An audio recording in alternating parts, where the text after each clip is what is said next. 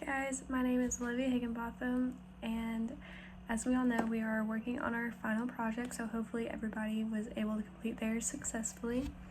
So why don't we just go ahead and jump in. So of course, it's the final project. So first off, we need to understand what exactly is economics. So based on the PowerPoints provided to us, the definition for economics is the study of how humans make decisions in the face of scarcity. But also, this definition can be kind of hard for someone who has never learned about economics before. So, in other words, the definition for economics could also be the study of how people use resources to produce, distribute, and consume goods and services. So the ultimate goal of economics is to help you figure out what is really the best way to use your limited resources according to what you want and need. Alright, and so what exactly is the difference between microeconomics and macroeconomics, which we are currently learning about?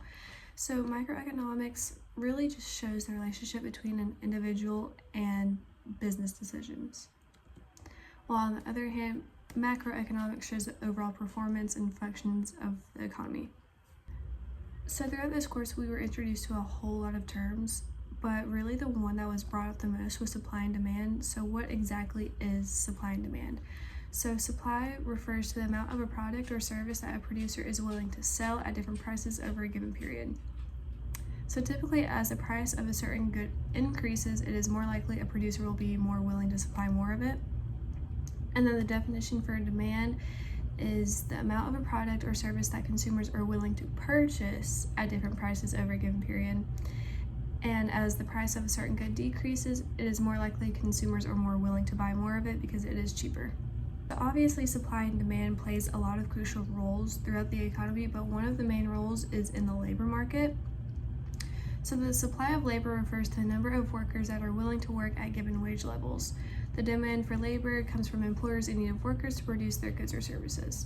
So basically, when the demand for labor is high, the wages will rise. And if there's an oversupply in labor, the wages will fall. All right, and so another point is what exactly is unemployment, because of course we will hear a lot of different definitions because of our economy. So unemployment refers to the situation where individuals who are capable of working and are searching for work are unable to find employment. And if any of y'all work in the food business or restaurant business, we all know about minimum wage. I know from personal experience about minimum wage, and of course a lot of people think very differently about it. So minimum wage is the legally mandated lowest hourly wage that employers are allowed to pay their workers. What exactly is the point of having minimum wage? So one, it ensures that workers can have a basic standard of living and reduces poverty and income inequality. Also, it can have a really huge influence on the dynamics of the labor market to where it can encourage more people to enter the workforce. Another point that we discussed throughout the semester was labor productivity and economic growth. So labor productivity measures the amount of goods produced per worker or per hour. On the other hand, economic growth refers to the increased production of goods in an economy over a certain period of time. What exactly is the point of labor productivity and economic growth? When labor productivity increases, it leads to a higher economic growth because more goods are being produced with the same amount of labor being used. And also, I know we have all heard about inflation. Even Thunder knows about it. So, what exactly is inflation? It refers to the increase in prices of goods over a certain period of time. Three main types of inflation: there is demand pull, cost push, and built-in. Alright, and now we move on to why does money exist? And honestly, I really want to know y'all's opinion. So I want to hear your thoughts on why does money exist, and what do you think the world would be like if we never even had money? Alright, and so the four main functions of money is medium of exchange, unit of account, store of value, and standard of deferred payment.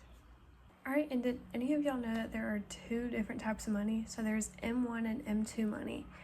So M1 includes coins and currency, checkable deposits, and traveler's checks, while M2 is all of M1 types along with saving deposits, money market fund, and certificates of deposit or other time deposits. Alright, and then another topic that we also discussed is budget deficit and budget surplus. So budget deficit is when the federal government spends more money than it receives in taxes in a given year, which can lead to the government borrowing money. while budget surplus, on the other hand, occurs when the government collects more in taxes than it spends, which allows savings or debt reduction. And here's a topic that everybody loves: taxes. So here's a list of all the taxes collected by the federal government. There is individual income tax, payroll tax, progressive tax, proportional tax, regressive tax, corporate income tax, excise tax, and estate and gift tax.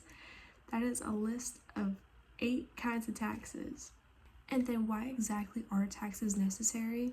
So taxes serve as revenue for public services, which provides the government with the funds needed to pay for education, healthcare, infrastructure, and defense.